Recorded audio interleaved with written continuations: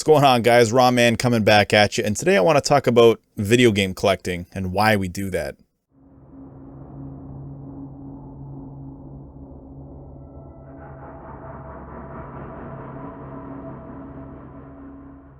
So over the years, I've had many people who are not collectors ask me, why do you collect? They just don't seem to understand quite why I like to collect so much shit. So today I'd like to try to explain a little bit about the collecting community and what it means to me. So to start things off, I want to talk about the different types of video game collectors out there. Now you can break it down to a focused collector and a non-focused collector. A non-focused collector might be someone who just collects anything and everything. And a focused collector is someone who has a very specific thing they like to collect, whether it's an entire game library or maybe just games they like to play. So these two types of collections could look very different. You could walk into someone who's not very focused on their game collection and they collect everything, and you might be blown away with how much shit they have. They have everything from everywhere. You could be like, hey, show me the Neo Geo, and they'll be like, here's my Neo Geo, and they plop it down and you can play it. Or they'll be like, here are my NES games, and you can just take a look, and they have everything.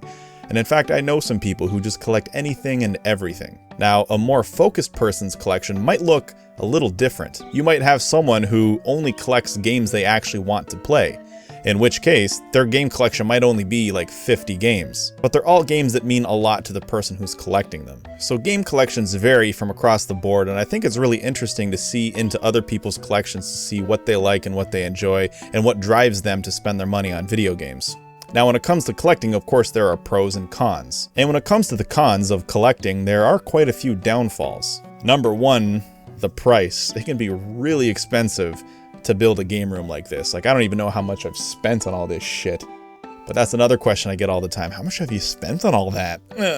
The truth is, I really don't know how much I've spent on all these video games. But price can be a big point of contention for a lot of people, especially if you have a family. Another issue when it comes to collecting is just having enough space. I mean, look at this game room. Like, I'm running out of space already, so when it comes time to expand my collection, I'm gonna have to get creative. Another downfall to collecting is having to deal with challenging people when it comes to haggling. A lot of us have been at game conventions, game stores, even local newspaper ads or Kijiji ads. Haggling a price can be pretty challenging. Say, for example, you have a game that's worth $100. Let's just say it's worth $100 on average.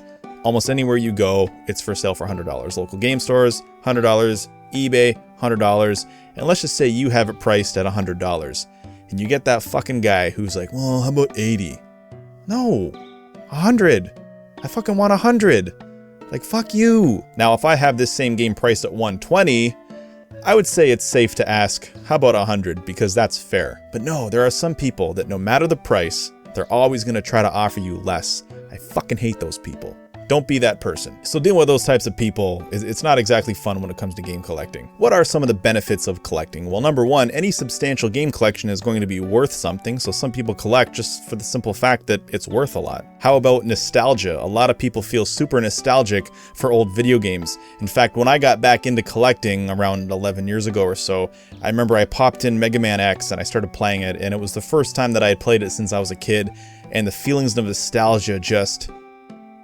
I could have cried. Like, I just couldn't believe it. I was so familiar with all these levels, and just re-experiencing them just felt unlike anything I'd ever felt before. It was such a crazy feeling. So nostalgia is a really big part of collecting for a lot of us. There are some people who collect more than they actually play the video game. So collecting in itself is a hobby and can be separate from actually playing the video game. So why do I collect video games? One thing that I love to do when I'm not working is to spend time in my game room, so because I'm surrounded by something I love, it really just makes me feel happy. Another thing is variety. I just love having options. Like when I'm done this video, I could just go look at my NES shelf, see a game that maybe I've overlooked for a long time and pop it in, and really, it feels like a new game to me. I also think my collection is a really good hosting tool. Like when I have friends come over and we play video games, well, again, the variety. We can play whatever they want to play. I can bring them back to the past. In fact, a few years ago, every Friday I would host a game night, so everyone I worked with was welcome to come over and play some video games. And I had one guy come over one night. He was a newer employee, and he started playing Eternal Champions for Sega Genesis.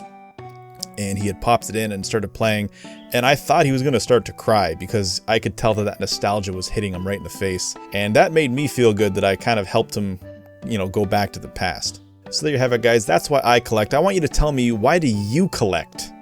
Why do you collect video games? If you collect. Maybe you don't collect. Why don't you collect? Tell me either way in the comments below. Please give a like, guys. Please subscribe if you haven't already, and I'll see you next week.